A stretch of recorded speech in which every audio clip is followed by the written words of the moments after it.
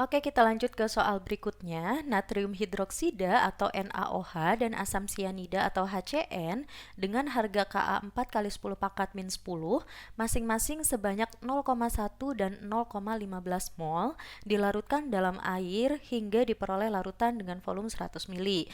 pH larutan yang diperoleh adalah titik-titik-titik. Berarti di sini kita mereaksikan antara NaOH dan HCN ya. Oke, kita buat persamaan reaksinya.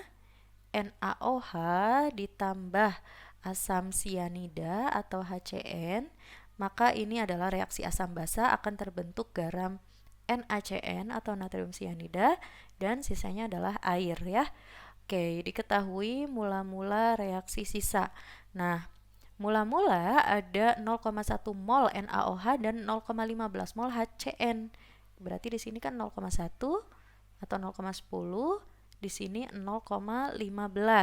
Maka yang habis bereaksi adalah NaOH karena dia molnya lebih kecil ya. 0,10, di sini juga 0,10 karena perbandingan koefisiennya sama. Garam yang terbentuk pun 0,10. Air pun sama ya, tapi datanya yang kita perlukan adalah data garam, asam dan basa ya. Oke. Nah, karena apa? Karena di sini yang mempengaruhi harga pH itu adalah asam basa dan garamnya. Oke, NaOH habis, HCN itu tersisa berapa? 0,05. Nah, NaCN atau garamnya itu ada 0,1 mol. Karena di akhir reaksi terdapat sisa HCN sebanyak 0,05 dan garam NaCN 0,10, maka di sini akan terbentuk yang namanya penyangga. Jadi ingat adik-adik, ketika di akhir reaksi terdapat sisa asam lemah, di sini dia kan bertindak sebagai asam lemah ya. Kenapa? Karena diketahui harga Ka-nya. Biasanya kalau di soal ada harga Ka, berarti dia asam lemah. Kemudian NaOH itu basa kuat. Nah, di sini ada garam yang terbentuk. Garamnya itu mengandung eh, basa konjugat dari asam lemah si HCN ini. Oke, jadi karena di akhir reaksi ada sisa asam lemah dan garam, maka terbentuk penyangga asam. Nah, otomatis perhitungan pH-nya pun menggunakan rumus penyangga asam. Bagaimana rumusnya? Rumusnya adalah konsentrasi H+ itu sama dengan Ka dikali mol asam lemah yang bersisa dibagi mol basa konjugat dari asam lemahnya gitu ya, atau kita tuliskan mol garam seperti itu.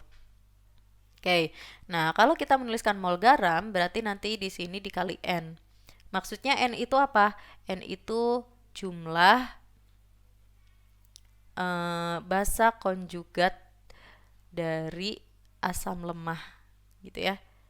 Ini basa konjugat. Kan mengandung basa konjugat kan? Kalau kita punya NaCN, ini kalau kita tuliskan lagi, NaCN itu kan akan terurai menjadi Na plus dan Cn min.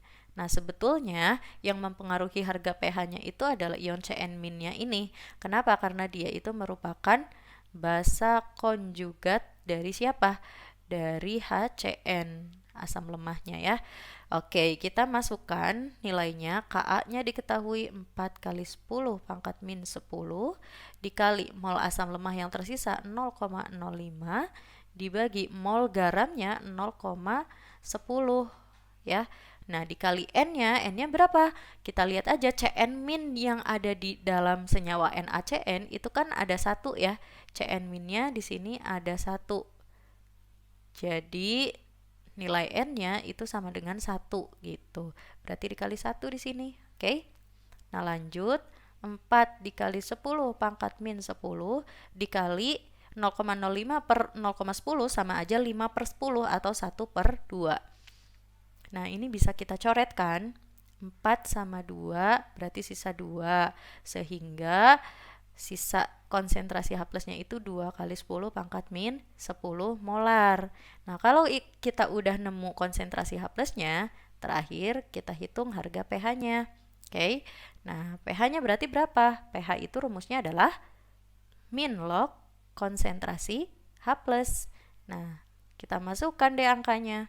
Min log dari 2 kali 10 pangkat min 10. Berapa? 10 min log 2. Sehingga jawaban yang tepat adalah yang C.